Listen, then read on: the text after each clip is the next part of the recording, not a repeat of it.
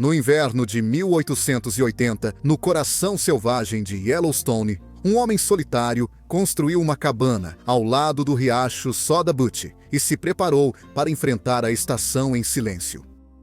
Seu nome era Harry Yount, um ex-soldado que se tornou um homem da fronteira, enviado pelo governo federal para proteger um parque que mal existia no papel. Por 14 meses, ele patrulhou uma região selvagem maior do que alguns estados, enfrentando caçadores ilegais, nevascas e o isolamento. Nesse processo, ele se tornou algo completamente novo: o primeiro guarda-parque da história americana. Para Pegadas da Fronteira, esta é a épica história real de Harry S. Yount, lenda da fronteira, guardião do Velho Oeste e o padrinho do Parque Nacional de Yellowstone. Esta é a história dele.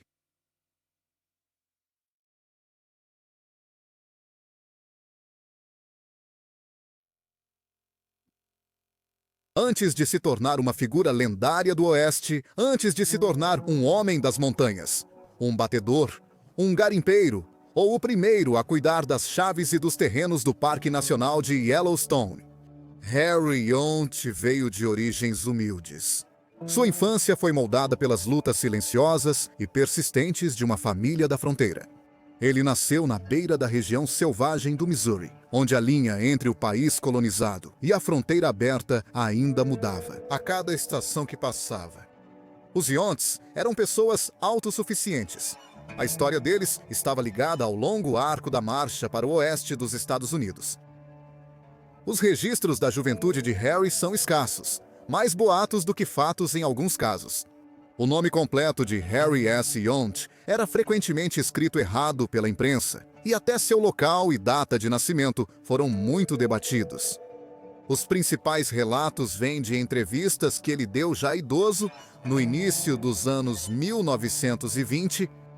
Histórias de família afirmavam que os Younts já haviam sido Yonkers, um nome supostamente ligado à cidade de Yonkers, Nova York.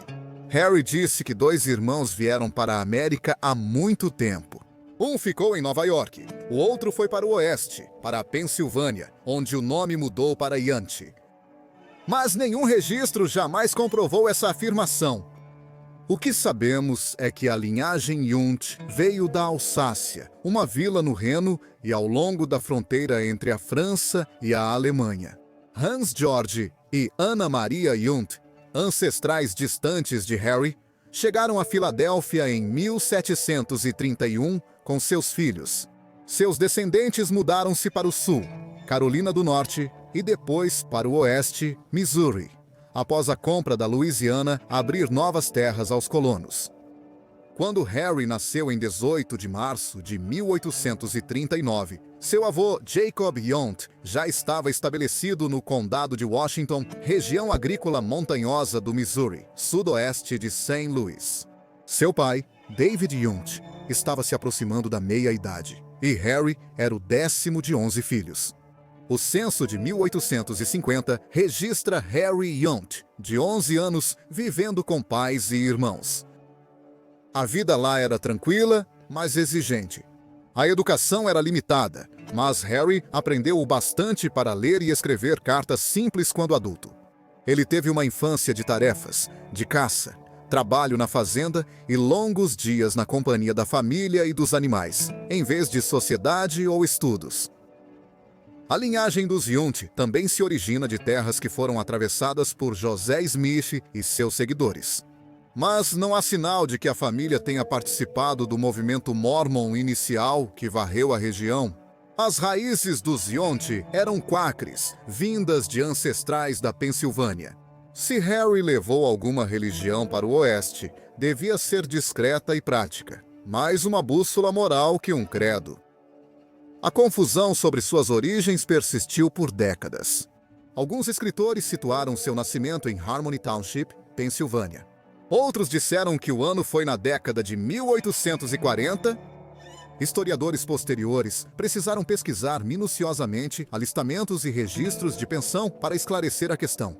As evidências confirmaram o que Harry escreveu em uma declaração juramentada de 1915. Ele nasceu no Missouri em março de 1839. No entanto, a inicial do meio oeste continua sendo um mistério. Como muitas famílias da fronteira, os Yuantes acabaram se dispersando. Dois dos irmãos mais velhos de Harry, Caleb e John, seguiram o tio George para a Califórnia, onde George C. Yunt se tornou um dos primeiros colonos americanos no Vale de Napa. Ele recebeu terras do governo mexicano e deu seu nome à cidade de Yountville. Outro irmão se mudou para Illinois, enquanto Harry ficou no Missouri por um tempo.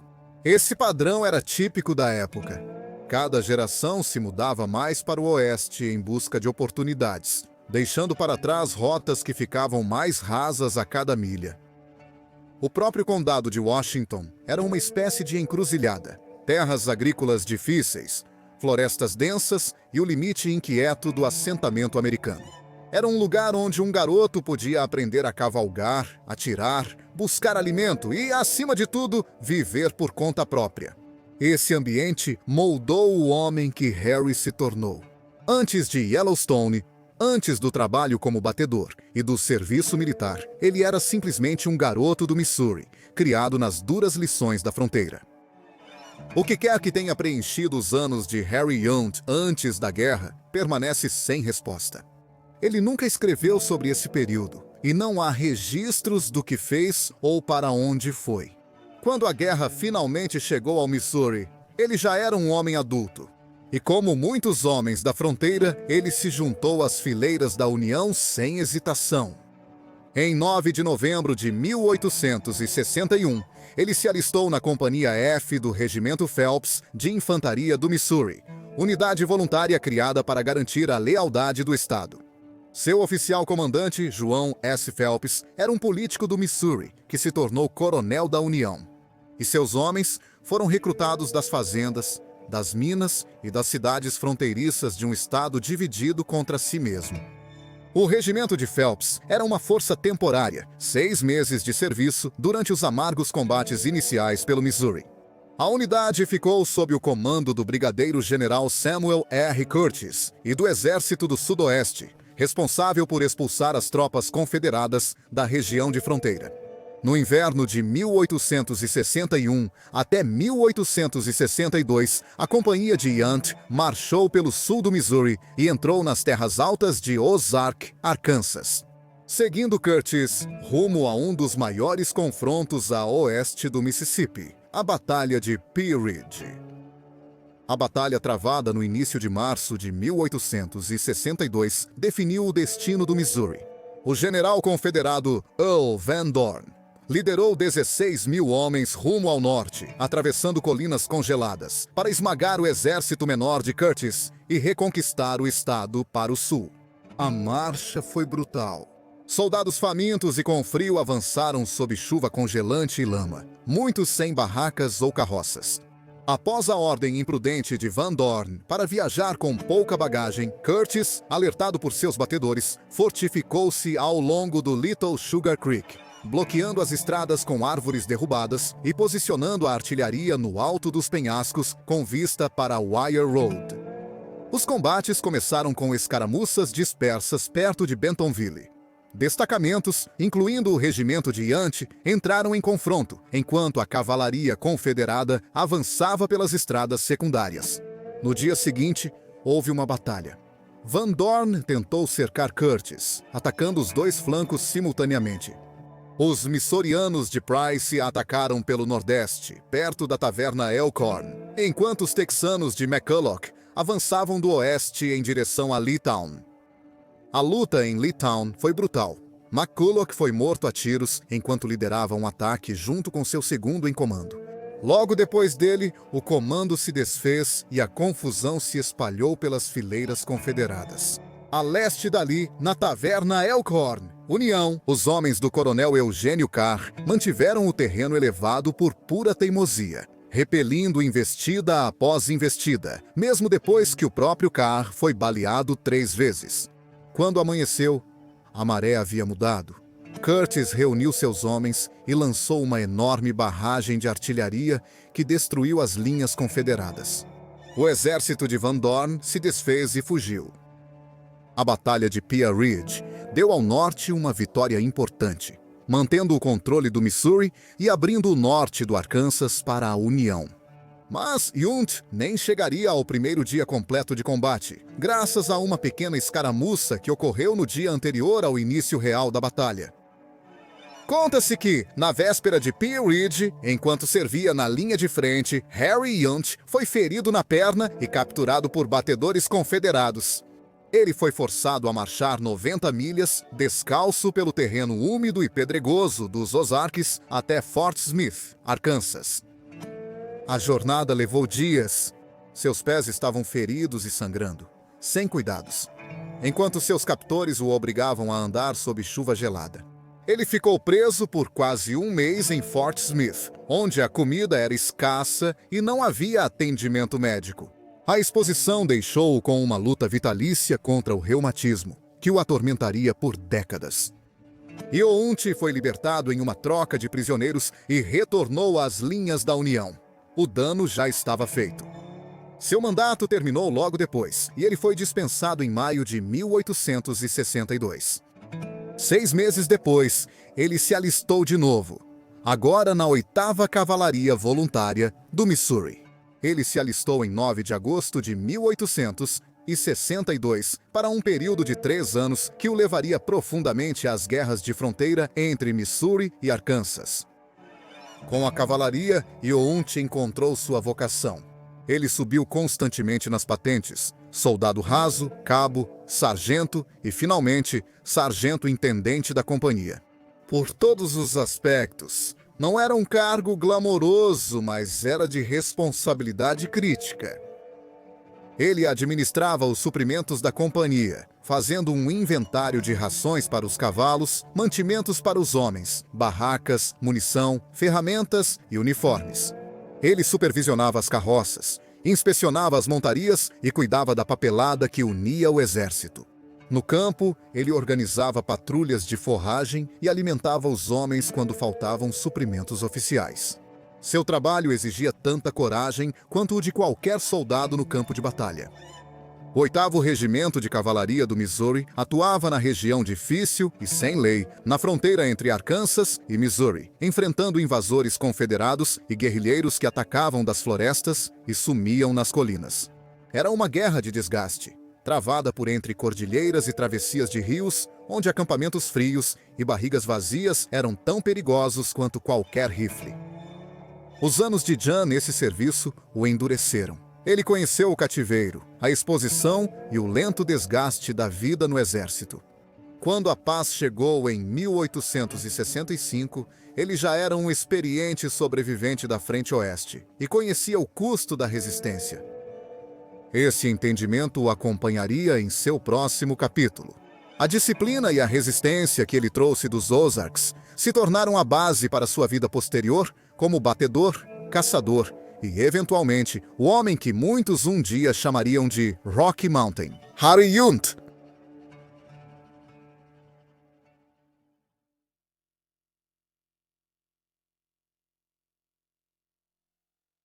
Quando Harry Yount voltou da guerra no verão de 1865, o país para o qual retornou já estava em movimento.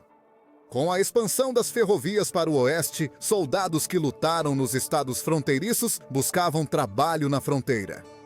Dispensado do Exército da União em Little Rock, Yount seguiu para o norte, em direção ao Missouri, e depois para o oeste, rumo a Nebraska. Em 1866, ele havia chegado ao Fort Kearney, uma estação de passagem na trilha do Oregon, onde a fila constante de carroças puxadas por bois se estendia infinitamente em direção às montanhas. Foi aqui que ele fez uma ruptura definitiva com a vida de soldado e entrou no mundo incerto da fronteira do pós-guerra. Yount conseguiu emprego como condutor de bois, motoristas que levavam cargas ao exército dos Estados Unidos da América. O trabalho era exaustivo e perigoso, o pagamento era baixo, mas oferecia emprego estável e liberdade. Sua rota seguia a trilha Bozeman, um corredor estreito que ia de Fort Laramie, em Wyoming, até Fort C. F. Smith, em Montana. A trilha cruzava o coração da região do Rio Powder. Aquela terra pertencia aos Lakota, Cheyenne e Arapaho, que lutaram ferozmente para defendê-la.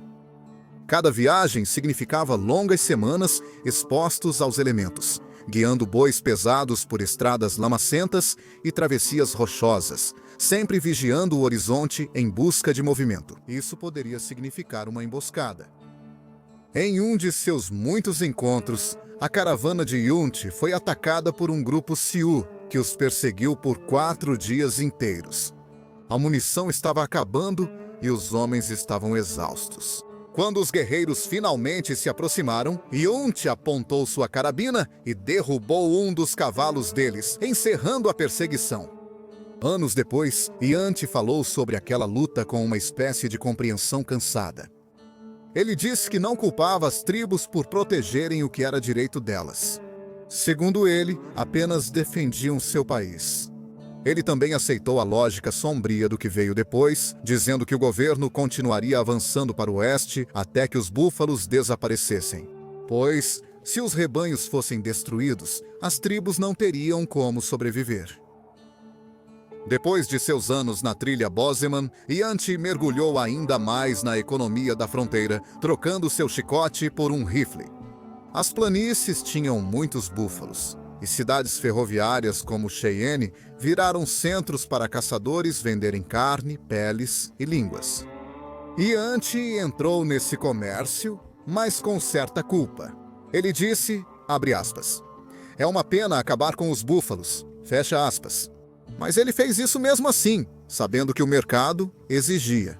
Cada língua rendia $1. E os agentes ferroviários, os agentes ferroviários pagavam em dinheiro.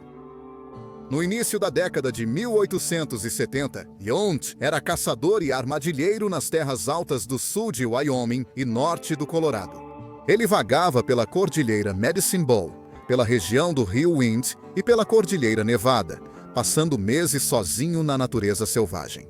Naquela época, as montanhas eram repletas de animais selvagens, como alces, cervos, antílopes e os últimos bandos errantes de bisões das montanhas. Ele caçava carneiros selvagens nos penhascos e certa vez deu de cara com uma clareira cercada por 7 ursos pardos.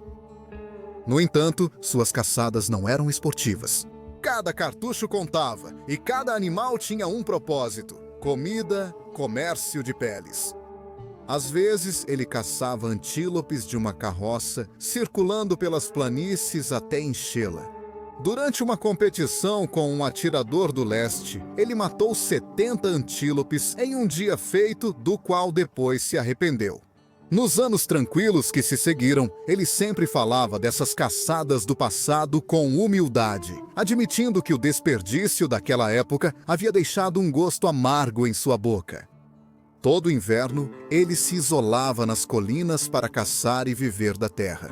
Seus acampamentos eram simples. Ele construía tendas com mantas de lona, feitas de peles de búfalo, e mexia com ferramentas simples, como um pequeno forno de assar, armadilhas e rifles. Ele levava farinha, bacon, feijão, café e tabaco, nada além do que precisava. Nos invernos mais difíceis, ele sobreviveu com carne, frutas secas, raízes fervidas e chá de sálvia para se aquecer. Com o tempo, sua vida ficou mais confortável à medida que sua experiência aumentava. Ele se tornou um mestre das florestas, lendo a paisagem como se fosse um livro. Ele seguia rastros, analisava fezes, achava tocas e percebia plantas mordidas ou galhos dobrados. No início da década de 1870, o Instituto Smithsonian o contratou para coletar animais do Oeste. Sob supervisão de Spencer Baird, Yount enviou alces empalhados, ursos, lobos e pequenos mamíferos das montanhas rochosas. Seu trabalho era meticuloso, seus espécimes bem preservados, e o Smithsonian o contratou novamente em 1875 para uma segunda expedição. Muitas de suas coleções foram posteriormente exibidas, onde os moradores da cidade puderam ver pela primeira vez a vida selvagem da fronteira americana. Harry Yount, sem dúvida, inspirou inúmeras mentes jovens e educou as massas. Yount chamava seu modo de trabalhar de ciência da caça. Ele aprendeu a diferenciar os chamados de antílopes e cervos. decifrar o rastro de um tetraz a partir de pinhas meio comidas e conhecer os hábitos dos alces apenas pelas folhas que mastigavam. Com o tempo, suas habilidades fizeram a ponte entre a antiga vida de caçador e o novo mundo da ciência natural. No início da década de 1870, Harry Hunt já havia abandonado a vida solitária de caçador de peles. Anos vagando sozinho pelas montanhas o endureceram, mas também lhe ensinaram disciplina e paciência. Seriam essas qualidades que acabariam atraindo a atenção de homens como Ferdinand van der Weyden. Por volta de 1872, Hunt se juntou à Expedição Geológica de Hayden, uma expedição federal encarregada de mapear o desconhecido e catalogar as riquezas naturais dos territórios do Oeste. Seu trabalho como carregador e guia marcou um ponto de virada. O homem das montanhas, antes livre e errante, agora fazia parte de algo maior. Um esforço do governo para compreender a terra que antes pertencia apenas à natureza selvagem. A expedição de Hayden funcionava sob o Departamento do Interior e lançou as bases para o que mais tarde se tornaria o Serviço Geológico dos Estados Unidos da América. Essas equipes de cientistas e exploradores atuavam nas terras altas das montanhas rochosas quando grande parte da região ainda não constava em mapas confiáveis. Eles enfrentavam viagens difíceis, ar rarefeito e clima imprevisível, muitas vezes acampando em terrenos onde o próximo assentamento humano podia estar a centenas de quilômetros de distância. Para Harry Hunt, era um trabalho familiar, apenas com um propósito oficial. Ele cuidava das mulas, guiava os topógrafos por cânions e passagens e garantia que cada homem e cada instrumento chegasse ao acampamento inteiro. O momento desse novo papel foi significativo. Apenas alguns meses antes, o presidente Ulysses S. Grant havia assinado o ato que estabelecia o Parque Nacional de Yellowstone, o primeiro desse tipo em todo o mundo. As pesquisas anteriores de Hayden naquela mesma região ajudaram a convencer o Congresso de sua importância. Quando Harry Hunt entrou na equipe da expedição Hayden, ele entrava na época em que a América passou a ver suas áreas selvagens como paisagens dignas de preservação. Por 7 verões, de 1872 a 1879, Hunt trabalhou com as expedições de Hayden pelo oeste. Ele percorreu as terras áridas do Novo México, as mesas do Arizona e as montanhas de Wyoming e Colorado. A cada nova temporada, ele guiava as caravanas de mulas, carregadas com barracas, utensílios de cozinha e instrumentos frágeis. Quando a expedição terminava, a cada outono, ele voltava para a Cordilheira Laramie, em Wyoming, para caçar e armar armadilhas durante o inverno. Esses ciclos de trabalho, de campo e isolamento definiram sua vida durante a década de 1870. É importante notar que a sobrevivência nesses anos nunca era garantida. Os homens na fronteira enfrentavam perigos além de tiros ou doenças. Uma tempestade podia matar uma companhia inteira de transportadores, queimando carroças e congelando cavalos no lugar. Hunt frequentemente passava o inverno sozinho, e ele sabia que um momento de descuido poderia significar a morte. Garimpeiros sumiam nas montanhas procurando o ouro que nunca achavam, seus ossos encontrados anos depois junto a bateias enferrujadas e picaretas quebradas. Um dos maiores desafios de Hunt ocorreu durante uma nevasca na primavera dos anos 1870, enquanto caçava armadilhas num afluente do Rio Platte. A tempestade enterrou sua barraca sob vários metros de neve e durou quase 2 dias. Preso lá dentro com seu fiel cachorro, ele ponderou se deveria cavar para sair ou esperar. Quando a tempestade finalmente cessou, ele cortou o teto da barraca e abriu caminho até a luz do dia, quase sufocando na neve acumulada. A experiência ensinou a ele a preferir a exposição ao abrigo. Depois disso, ele preferia encarar uma nevasca a arriscar ser enterrado de novo. Aquele mesmo ano trouxe outro inverno rigoroso. Enquanto acampava perto do Forte Laramie, Hunt suportou 45 dias seguidos de neve e frio intenso, tão severos que até a vida selvagem parecia à beira da extinção. Ele encontrou refúgio em um pequeno bosque e sobreviveu com carne de veado velha. Lobos invadiram sua carne, obrigando-o a caçar presas menores. Ele viu cervos reunidos nos morros varridos pelo vento, onde a neve arrancara a grama, e lobos morrendo de fome ao lado de suas presas. Pouco depois, enquanto era caçador em outra expedição de um geólogo, Iante enfrentou outro urso pardo que o atacou de um matagal. Ele esvaziou seu rifle na fera, cada disparo feito com precisão inabalável até que o animal desabou ao seu alcance. No geral, foi uma temporada que teria destruído muitos homens, mas não Harry Yant. Os cientistas que trabalharam com Yant passaram a depender dele. Ele era metódico e discretamente competente, o tipo de homem que não desperdiçava palavras nem balas. Ele não demonstrava a imprudência típica dos aventureiros da fronteira durante tempestades no acampamento ou quando cavalos disparavam por trilhas estreitas. Ele era aquele que permanecia calmo e resolvia o problema. Suas histórias de sobrevivência sempre tinham o mesmo tom objetivo, sem ostentação e moldadas por um profundo respeito pelo poder da terra de humilhar qualquer homem. Embora não tivesse educação formal, Iante tinha o senso de observação de um naturalista experiente. Ele entendia que a natureza selvagem não era inimiga nem aliada, mas um ser vivo regido por sua própria ordem. Aqueles que o conheceram durante os anos da expedição Hayden frequentemente comentavam sobre sua modéstia, seu trabalho cuidadoso e seu código moral silencioso. Num tempo em que muitos buscavam fortuna e destruição, Iante já conhecia o valor da resistência e moderação. Essas características depois o tornariam o guardião ideal do primeiro Parque Nacional dos Estados Unidos. Harry Yant era um homem singularmente apto a proteger a terra selvagem da qual um dia tirou seu sustento. Entra em cena o padrinho de Yellowstone.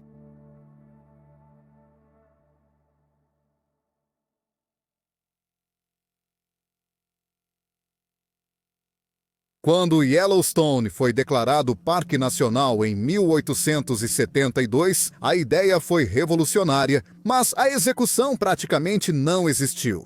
O Congresso havia reservado mais de 2 milhões de acres de terra, mas não forneceu dinheiro nem um plano real para protegê-la.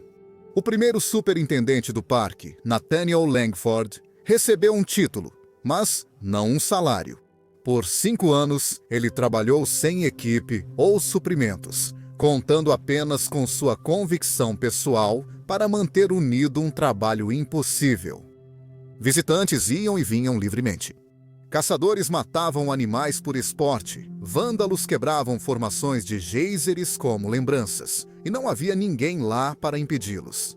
Em 1877, Langford já estava farto. Desiludido, ele renunciou, deixando Yellowstone tão vulnerável quanto no dia em que foi criado. Nesse mesmo ano, Felix Walter Norris assumiu o comando. Ex-soldado e homem da fronteira, Norris trouxe energia e habilidade administrativa para um parque que ainda lutava para existir no papel. Ele convenceu o Congresso a aprovar o primeiro orçamento. $10 mil em 1878 e 15 mil em 1880. E começou a transformar Yellowstone de ideia em ação. Estradas foram abertas pela mata, pontes construídas sobre os rios e placas de sinalização erguidas para ajudar os visitantes a se orientarem. Norris sabia que o maior desafio do parque era a proteção. A caça ilegal era desenfreada, e a vida selvagem que tornava Yellowstone único estava desaparecendo rapidamente. Para combater isso, ele criou um novo cargo em 1880, o guarda de caça. Era um cargo modesto, com salário de $1.000 por ano, ou quase 7% de todo o orçamento. Esse foi o primeiro esforço oficial do governo dos Estados Unidos da América para proteger a vida selvagem em terras públicas. A ideia do guardião da fauna era simples, porém revolucionária. O parque precisava de alguém que pudesse tanto viver quanto observar a natureza selvagem, servindo como um impedimento físico para caçadores ilegais e vândalos. O relatório do superintendente Norris de 1877 já havia sugerido a ideia de transformar o canto nordeste de Yellowstone, especialmente o Vale Lamar, em um refúgio para os animais durante os rigorosos invernos. Sob o Departamento do Interior e o secretário Carl Schurz, o refúgio ganhou vida. O único problema? Eles precisavam do homem perfeito para o cargo. Para esse trabalho, Norris escolheu um homem que já conhecia a região melhor do que ninguém, Harry Young. Sua nomeação provavelmente veio tanto pela familiaridade quanto pela reputação. Jan trabalhou por anos nas já mencionadas expedições geológicas de Hayden, incluindo a expedição de 1878 pelo próprio Yellowstone. Sua disciplina já havia se mostrado firme e inabalavelmente autossuficiente. No verão de 1880, o secretário Schurz nomeou Yunt enquanto ele estava em Cheyenne, Wyoming. De lá, Yunt fez um longo trajeto de trem e diligência para chegar a Yellowstone. Chegando ao quartel-general no início de julho, ele começou a trabalhar imediatamente, acompanhando o próprio secretário em uma excursão pelos rios, geysers e canyons do parque. Durante aquela primeira temporada, Yunt percorreu quase todas as principais regiões: Madison Junction, o Canyon de Yellowstone, Clarks Fork, e seguiu pelos lagos do sul e pelos passes de montanha. Ele estudou a topografia do terreno e observou cuidadosamente a vida selvagem, desde alces e cervos nos vales até antílopes pastando ao longo das cristas abertas. Suas observações eram práticas e precisas, distinguindo o caráter de cada riacho e a abundância de peixes em suas águas. Quando a estação mudou, Yunt optou por permanecer durante o inverno. Ele construiu uma cabana de toras ao lado do riacho Soda Butte, perto da confluência dos vales East Fork e Soda Butte. O local proporcionava acesso à água, madeira e ampla visão das principais áreas de invernada de alces e bisões. Também o colocou perto da fronteira, onde mineradores e caçadores entravam no parque para caçar ilegalmente. Durante meses de isolamento, Yunt viveu como o primeiro residente permanente de Yellowstone, cuidando do fogo durante as noites nevadas e vigiando caçadores furtivos. Seu relatório escrito daquele inverno parece um diário de campo tanto da terra quanto dos animais. Ele registrou onde cada espécie se reunia, como se moviam ao longo das estações e o que ameaçava sua sobrevivência. Ele também reconheceu um problema central. Os animais não reconheciam os limites do parque e, uma vez que cruzavam para o território habitado, eram rapidamente mortos.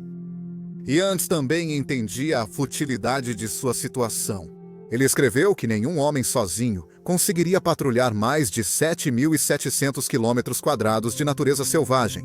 A solução dele foi direta, mas visionária.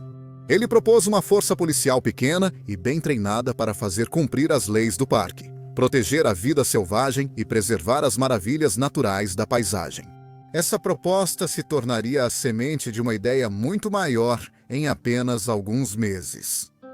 Quando as neves chegaram no fim de 1880, Harry Yunt se instalou na cabana que havia construído, escondida no canto nordeste do Parque Nacional de Yellowstone. Aquele inverno testou cada grama de resistência que ele tinha. Por meses a fio ele não via ninguém. Ocasionalmente, um mensageiro ou colega de trabalho vinha de Mammoth Hot Springs, mas a maior parte da temporada passava em silêncio. A terra era bonita, mas o trabalho era solitário. Poucos homens suportavam esse tipo de solidão por muito tempo. Os assentamentos de Clarks Fork ficavam a 32 quilômetros a noroeste de Mammoth, 64 quilômetros mais a oeste, separados por montanhas cobertas de neve profunda.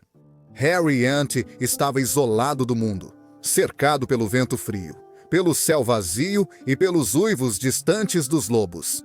Quando Yunt escreveu depois que provavelmente era o único homem num raio de dezenas de quilômetros, não exagerava. A neve naquele inverno foi implacável, acumulando-se até mesmo nos vales. Yunt relatou que a neve ao redor das cabanas atingiu vários metros de altura e permaneceu assim por meses. Só algumas encostas perto do Monte Norris ficaram abertas, pois o calor do solo e ventos constantes mantinham partes da terra expostas. Foi lá que o termômetro de Jante quebrou no início do inverno, deixando-o estimar as temperaturas da melhor forma possível. Mas suas anotações diárias, bom tempo, neve, tempestade, ventania, formaram um dos primeiros registros escritos do clima de inverno de Yellowstone. As observações dele são alguns dos relatos mais antigos sobre a vida selvagem no parque. Ele registrou onde os animais passavam o inverno, o tamanho dos bandos e quando eles começavam a se mover conforme as condições mudavam. Ele contou centenas de alces pelos vales de East Fork e Soda Butte observavam carneiros selvagens se agarrando às encostas expostas da bacia Firehorn e notavam que os bandos de bisões se dividiam entre as regiões de Slow Creek e Hell Roaring. Ele viu cervos e antílopes descerem o vale do Yellowstone com o aumento da neve, enquanto os alces ficavam perto dos pântanos de salgueiros nos lagos do sul. Até mesmo pequenos predadores, como raposas e carcajus, apareceram em suas anotações com seus rastros marcados na neve. Durante aquele primeiro inverno, Yount começou a entender o quão profundamente tudo no parque estava conectado. Os animais, a neve, o calor do solo e até mesmo as intrusões humanas em suas bordas formavam um único e delicado sistema. Enquanto tentava afastar os caçadores furtivos, o inverno rigoroso confirmou a verdade. Um homem não podia proteger todo o parque Yellowstone. Mesmo assim, Yount seguiu com seus deveres. Ele falava com respeito dos mineradores perto do Clark's Fork, observando que a maioria caçava apenas para se alimentar, e não por lucro. Ele parecia confiar mais na compreensão e na conversa do que em sua própria autoridade. Essa diplomacia silenciosa o ajudou a manter a paz nas bordas do parque. Seu isolamento talvez lhe caísse bem, mas ele trabalhava bem com os outros quando necessário, mantendo laços amigáveis com a pequena equipe em Mammoth Hot Springs. Com o degelo da primavera de 1881, as montanhas amoleceram e os rios se libertaram. O tempo ficou agradável, e Yount pôde se mover novamente, usando raquetes de neve e animais de carga para patrulhar novas áreas. O retorno dos viajantes trouxe problemas. Alguns turistas, não, caçadores atiravam na vida selvagem por esporte, enquanto um pequeno grupo Bannock caçava perto de North Madison. As tarefas de Yount cresceram no verão. Ele foi chamado para guiar autoridades e dignitários pelo interior do parque, incluindo o governador de Wyoming, John Hoyt, e o coronel Mason. Juntos, eles atravessaram as regiões montanhosas entre o passo Two Ocean e a baixa Firehole. Mais tarde, ele auxiliou o superintendente Norris em uma longa inspeção pelas cadeias de montanhas do parque, explorando trilhas e estudando rotas que um dia poderiam ser usadas para estradas. No caminho, ele caçava animais para fornecer carne aos trabalhadores. Quando Norris voltou mais tarde naquele ano, ele não ficou nada satisfeito. Na opinião dele, Yount tinha passado tempo demais focado nos animais, e não o suficiente na construção de estradas, que Norris via como a verdadeira prioridade do parque. Ele disse que Yount era um bom caçador, não um protetor da vida selvagem, e pertencia ao deserto. Mas não necessariamente na administração. Por trás dessa crítica, havia uma diferença fundamental de visão. Norris era um construtor e promotor, enquanto Harry Yount acreditava que o propósito de Yellowstone era permanecer intocado e vivo. O conflito terminou silenciosamente. Yount já havia planejado se demitir ao final da temporada, cansado do isolamento e ciente de que o cargo era insustentável. Seu relatório final, apresentado em setembro de 1881, agradeceu aos seus superiores pela cortesia, resumiu suas observações e reiterou seu pedido por uma pequena força policial treinada para proteger o parque. Com isso, o primeiro guarda-caça da história dos Estados Unidos deixou seu posto e saiu de Yellowstone pela última vez. Mesmo após sua renúncia, sua influência estava apenas começando. O sistema que ele propôs, um corpo de oficiais de campo encarregados de proteger a vida selvagem, guiar visitantes e manter trilhas, acabou sendo implementado décadas depois, como o Serviço de Guardas-Parques Nacionais. O single inverno da solidão de Yanti virou símbolo de dedicação, e sua percepção simples de que um homem não poderia proteger uma área selvagem sozinho tornou-se o princípio orientador de uma instituição nacional. Com o tempo, Ranger passou a nomear esse papel, vinda do antigo termo usado para policiais montados que patrulhavam o Texas e as planícies do sul. O título carregava consigo uma imagem de vigilância e justiça da fronteira. Guardas florestais e de parques depois divergiram. Um gerenciava recursos, o outro os preservava. Mas suas raízes compartilhavam um espírito comum. Os atuais guardas de parques são guardiões dos mesmos ideais que Yanti incorporava. Eles protegem a terra e a vida selvagem, guiam o público por suas maravilhas e mantêm uma missão prática e simbólica. Em seus uniformes e vigilância silenciosa, eles representam o equilíbrio entre a humanidade e a natureza selvagem. Quando Harry Yanti deixou Yellowstone em 1881, desapareceu silenciosamente da história. Seu tempo como o primeiro guarda-caça do parque mal durou pouco mais de um ano. Ainda assim, o legado que ele deixou na ideia de proteção de terras públicas perduraria muito mais do que seu breve mandato. Depois que ele se demitiu, quase não restaram registros de sua vida. E pelos 30 anos seguintes, seu nome apareceu apenas ocasionalmente, em documentos esparsos e em lembranças dispersas das poucas pessoas que o conheceram pessoalmente. No início da década de 1890, Yanti vivia no condado de Laramie, Wyoming, no distrito de Uvalde. Documentos de pensão do governo desse período confirmaram sua residência, oferecendo um dos poucos detalhes verificáveis desse período mais tranquilo de sua vida. Logo depois, ele se mudou mais para o norte, para o condado de Platte, estabelecendo-se próximo à base da montanha Sugarloaf.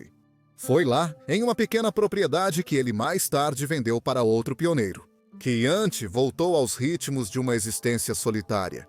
Ele estava prospectando, explorando, trabalhando a terra, como sempre fez.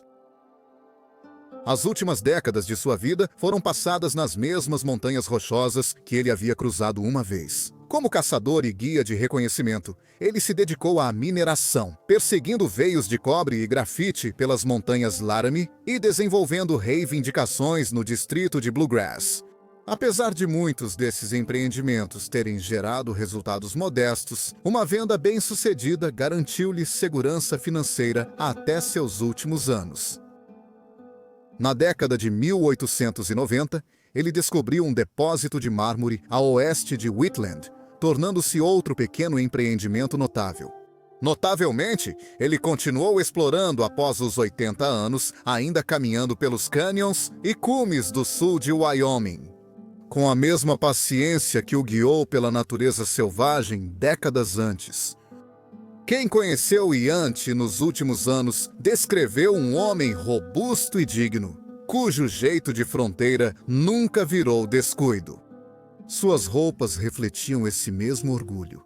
Seu cinto de coldre e sela tinham peças de metal polido, e ele costumava usar uma jaqueta de camurça com franjas feita por uma mulher Shoshone, decorada com pele e miçangas. A jaqueta era um símbolo da vida que ele havia vivido entre dois mundos, o soldado disciplinado e o montanhista livre. Escritores que o conheceram perto do fim de sua vida o descreveram como alguém reflexivo e reservado. Um homem de princípios morais firmes que carregava uma gentileza à moda antiga sob seu exterior rude. Um observador disse que seu coração era tão terno quanto o de uma garota e que ele amava a natureza selvagem.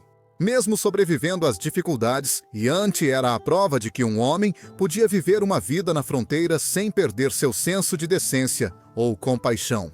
Seu respeito pela natureza não era romantizado nem teórico. Por volta de 1812, Harry Yanti finalmente se estabeleceu em Wheatland, Wyoming, a tranquila cidade ferroviária ao norte de Cheyenne. Ele comprou uma casa de tijolos com uma extensão de madeira no lado oeste e morava sozinho. Mas satisfeito, Yunt permaneceu solteiro por toda a vida. Em certo momento, ele chegou a ficar noivo de uma funcionária da Western Union chamada Stella Brown, na década de 1860. Mas a morte trágica dela em uma colisão de trem nos arredores de Detroit acabou com qualquer chance de casamento. Mesmo idoso, ele seguia com longas caminhadas matinais até a cidade, visitava o correio ou cumprimentava vizinhos antes de voltar para casa. Os moradores o descreviam como educado, de fala mansa e sempre bem vestido. Na manhã de 16 de maio de 1924, Yunt saiu para uma dessas caminhadas diárias. Ele andou só alguns quarteirões antes de desmaiar perto da igreja luterana. Testemunhas relataram que ele caiu em silêncio. A certidão de óbito indicou como causa da morte, entre aspas, ação cardíaca suspensa. Registros oficiais diziam que ele tinha 88 anos, mas pesquisas sugerem que era quase 85. A pedido dele mesmo, Yunt foi enterrado no cemitério Lakeview, em Cheyenne, entre os túmulos de soldados e dos primeiros colonos que ele conhecera. Hoje, o nome de Harry Yunt está gravado na geografia que ele um dia percorreu. O Pico Yunt, na Cordilheira Absaroka, a leste da divisória continental, se ergue sobre as nascentes do rio Yellowstone. Dessas encostas, o rio segue ao norte. Através do parque que ele um dia protegeu, uma homenagem justa ao homem que primeiro tentou protegê-lo. Embora o tempo de Yunt como funcionário do parque tenha sido breve, sua visão o superou. Seus relatórios de 1880 e 1881 lançaram as bases para o que se tornaria a profissão de guarda-parque. Anos depois, o Serviço Nacional de Parques adotou essa visão ao ser fundado em 1916. Hoje, Harry Montanhas Rochosas Yunt é lembrado como o primeiro verdadeiro guarda-parque da história americana. Homem que conectou a era da natureza intocada à preservação nacional. Seus 14 meses sozinho em Yellowstone mostraram que proteger lugares selvagens exigia estrutura, disciplina e um duradouro senso de dever. Em cada guarda-parque que percorre os limites de um parque, patrulha uma trilha remota ou protege um rebanho de alces no inverno. Parte do espírito de Harry Yunt permanece para sempre, vigiando a terra que amava. Ele foi prisioneiro de guerra, homem das montanhas, o padrinho de Yellowstone e o primeiro guarda-parque. Mas ele também era apenas Harry S. Yunt, um espírito humano puro do Velho Oeste.